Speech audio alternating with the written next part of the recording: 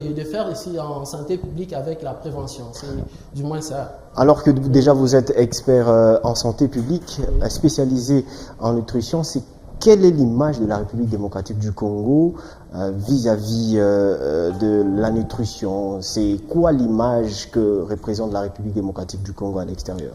Bon, l'image de la République, depuis l'indépendance jusqu'à aujourd'hui, en amont, je peux dire qu'il y a quand même une avancée significative en ce qui concerne la nutrition et le système sanitaire de la RDC. Peut-être vous pouvez savoir aussi que la RDC, c'est un pays vaste. C'est un pays vaste qui est subdivisé en 6 provinces et qui a au moins 145 territoires. Et avec comme on dit que c'est un pays vaste, qui a aujourd'hui, nous pouvons dire, nous avons plus de 111 millions donc de 111 millions d'habitants dans notre pays. Et vous allez voir que pour atteindre l'effectivité de cette activité, donc de prendre maintenant l'image d'une manière globale, vous allez voir qu'il y aura toujours peut-être en avance ce que je devais dire. Peut-être quand on veut arriver à atteindre maintenant cet objectif, ça va un peu demander beaucoup.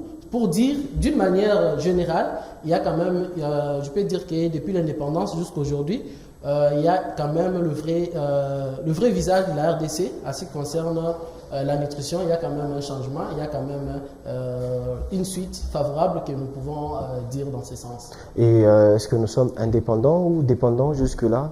Parce que la malnutrition, que ça soit sévère ou aiguë, est-ce que la prise en charge, elle est bonne ou c'est toujours la République démocratique du Congo qui se prend en charge en ces termes? À ce stade, je ne crois pas que nous pouvons être indépendants dans notre pays, vu les difficultés que nous sommes en train de rencontrer de part et d'autre, la guerre et autres, ici les conflits, que ce soit aussi l'aspect politique que nous sommes en train de voir ces derniers temps, tous ces conflits-là. Je trouve qu'il nous est tellement difficile d'être indépendants parce que nous devons toujours être dépendants quand même des gens qui viennent de l'extérieur. C'est pourquoi vous avez vu, il y a tant d'ONG que nous sommes en train de vivre avec ça au Congo, qui viennent pour subventionner les activités de nutrition. Et en santé, il y en a autant. Donc pour dire qu'il nous est pour le moment difficile de déclarer, de dire que nous sommes indépendants. Ah, ok. Alors, je vais vous revenir à un moment. D'accord. Nous allons parler avec Dr Biya. Docteur, vous savez, entre la prévention et la guérison, que coûte le plus cher dans notre pays? Ok, là, vous venez avec l'économie dans la santé. Et vous parlez de l'économie dans la santé, et il a parlé des structures humanitaires, il a même parlé des ONG, où il y a des structures qui viennent accompagner en cadre. Donc, je ne vois pas vous dire que non, entre la prévention et quoi, la guérison et la guérison, et ce qui coûte trop cher, ce qui a de la valeur, c'est la prévention. Les anglophones me disent better prevent than to cure. Donc, quand vous avez prévenu, retenez que quand il y a un problème, vous allez remédier à cette cause.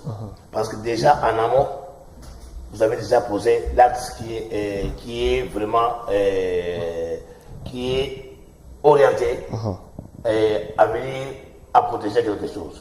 Donc, si vous dites que non, quand on va vous dire de savoir si entre prévenir et guérir, qu'est-ce qui est plus coûteux, si dans entre les termes, ce qui va très coûter, plus coûter, c'est la guérison. Mais la prévention, elle ne vaut absolument rien.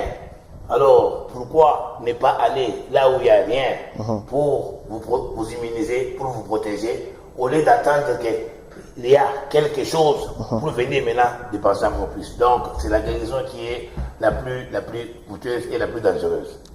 Et à prioriser, c'est la prévention. Oui.